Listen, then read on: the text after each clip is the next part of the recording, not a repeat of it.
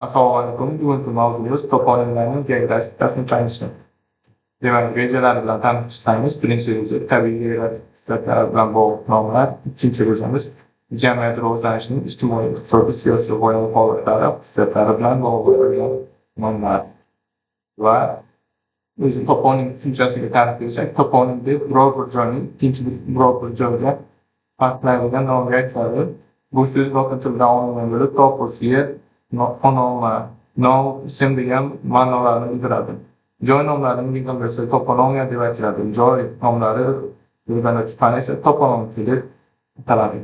Toponomika fani bilan shug'ullanuvchi mutaxassisni yoki mutaxassislarni esa toponimistlar deb ataymiz. Toponimlarning shakllanish jarayoni turli holatlarga ko'ra yuz beradi. Ammo tabiatga sababsiz oqibat bo'lmagani kabi toponimlarning shakllanishi ham hech bir sababsiz yuz bermaydi. Aksincha, ularning paydo bo'lishida muayyan sabablar ishtirok etadi. Aynan o'sha toponimlarni shakllantiruvchi sabablar geografik nomlarning guruhiga ajratib o'rganishga imkon yaratib beradi. Bu guruhlar quyidagilardan iborat hisoblanadi. Dastlab, joyning holati yoki o'rni, tasniflovchi yoki kompas nomlar. Bu ushbu bog'liq holda shakllangan toponimlarni respublikamiz va unga tutash hududlarda shunday ma'no beruvchi geografik nomlar borki, ular bevosita o'zlarining o'rnashgan joylariga nisbatan shakllanadi. Masalan, Nurota tog'i yaxta tiplar tizimlar silsilasidan iborat bo'lib, asosan parallel ravishda rivojlangan ikki tarmoqdan iborat. Shimol tomonda joylashgan shimoliy janub tarafdagi janubiy Nurota deb ataladi. Tomonlarni mahalliy xalq orqa, oldi, o'ng yoki chap balki so'l deya atash munosabati bilan ham o'ziga xos tarzda shakllangan toponimlarni uchratish mumkin. Misol, Oloy orti tizmasi, Kavkaz orti mamlakatlari, Kaspiy bo'yi pasttekisdagi Boltiq bo'yi mamlakatlari, Severniya Zemlya, Shimoliy dengiz, Hokkaydo, Shimoliy Orol, Mokkom havzasi mamlakatlari, Karib havzasi mamlakatlari, Avstraliya, Ekvador davlatlari kabilarni misol qilamiz. Masalan, G'arbiy Sibirning shimoliy qismida joylashgan Yamal yarimoroli netis tilida yerning cheti, yerning chekkasi degan ma'nolarni anglatadi. Kirina yarimorolining chekka shimol-g'arbiy sohilida joylashgan bu Finistri, lotincha finis, chekka, oxiri, terra, yer degan ma'nolarni bildiradi. Shunga o'xshash nom Afrika maktabligida eng sharqiy nuqta hisoblanadi. Xafun, arabchada ras xafun, chekka burun degan nomni anglatib o'tadi. Joyning relyef tuzilishi bilan bog'liq holda shakllangan toponimlarni ko'rib chiqamiz. Bu turdagi toponimlar o'sha joyning relyefiga bog'liq biror bir xususiyatni o'z mazmunida aks ettirishi mumkin.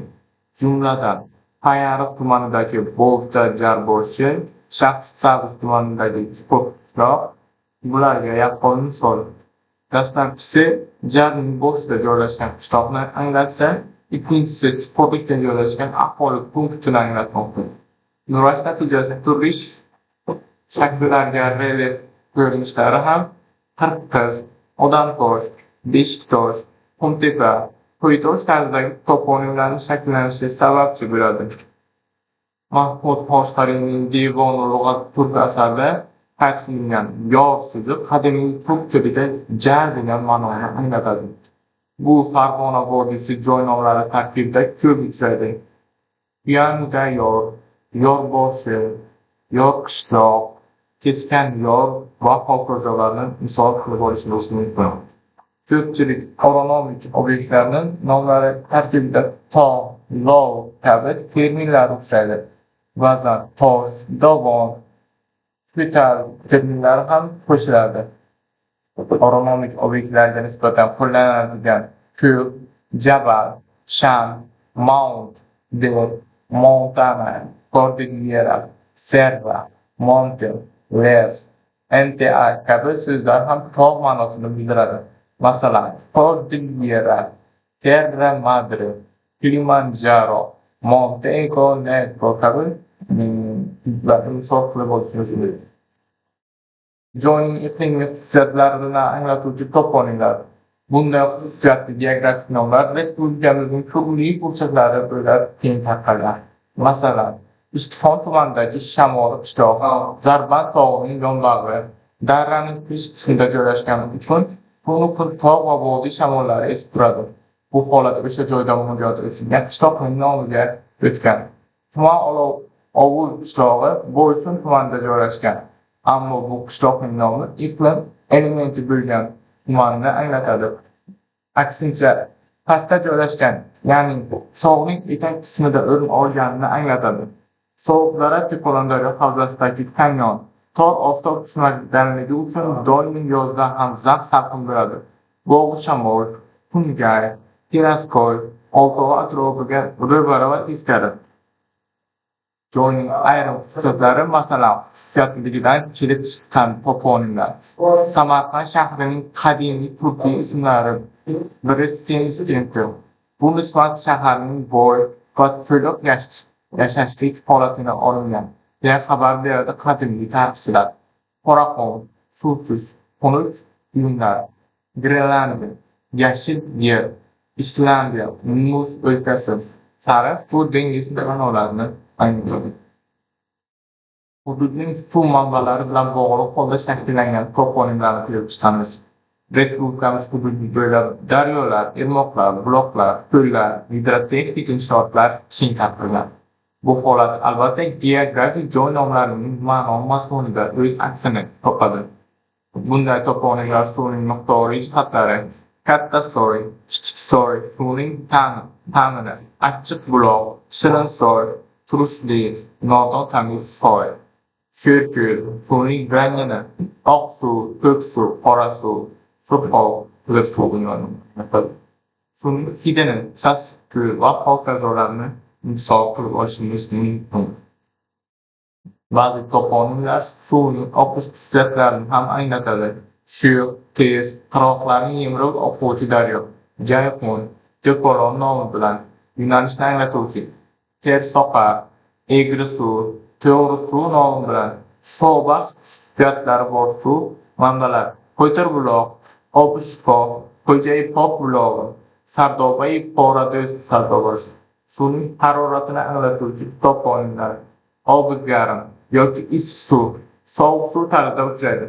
Sayoz yoki chuqurlikni anglatuvchi toponimlar. Gumsoy, O'radaryoning irmog'i va shu nom bilan ataladi. Chunki mahalliy aholi suvni chuqur yoki gum deya ataydi. Ba'zan qora suv yoki siyoh ob atamasi ham suvning chuqur va shu tufayli qorayib oqishidan darak beradi. Ba'zan gidronimlar buloqlar suvning yer yuzasiga chiqish xususiyatini ham anglatadi. Ko'ksaroy Janubiy Nurotaning o'rta qismida joylashgan. Gubbi bulog'ining nomi bilan buloqlar yer ostida tars suv yuzasida yoqtin shovqin solib chiqish tufayli shu nomni olgan. Ba'zi buloqlarda suv otilib chiqqanligi uchun qaynar buloq nomi deb ataladi. Sherobod daryoning o'ng irmog'i Sho'roqsoyda Chakchakon nomli sangardaklar havzasida buloq suv yuqori sharsharlar hosil qilib tushganligi uchun Xo'jay sharshar yoki sharsharmakor deb mashhur. O'simliklarning nomi bilan holda shakllangan toponimlar, ya'ni fitotoponimlar.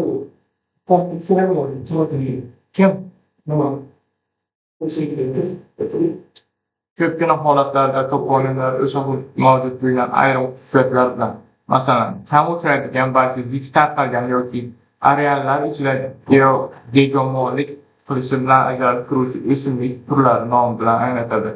Janubiy Nurota tizmasi etaklari bo'ylab burgan dosimon o'simligi boshqa joylardan nisbatan ko'p tarqalganligi uchun o'sha yerda vujudga kelgan soy va qishloq burgani nomi bilan ataladi. Yoki oq suvning janubiy yonbag'rida butun Nurota tizmasi bo'lib ham uchruvchi, ammo bir vaqtda qalin o'sgan archalar Savr navida yagona nusxa saqlanib olgan. Shu boisdan Savrota nomi bilan qishloq va mahalla paydo bo'lgan. Xuddi shuningdek, Yantoqli, Pistali, Bodomzor, Olmazor, Sebzor kabi toponimlar shular jumlasidandir. Ayrim toponimlar o'zagi tuzilishi jihatdan fitotoponimga o'xshab ketsa-da, aslida bu mazmun mohiyati bilan umuman boshqa guruhga mansubligi ma'lum bo'ladi.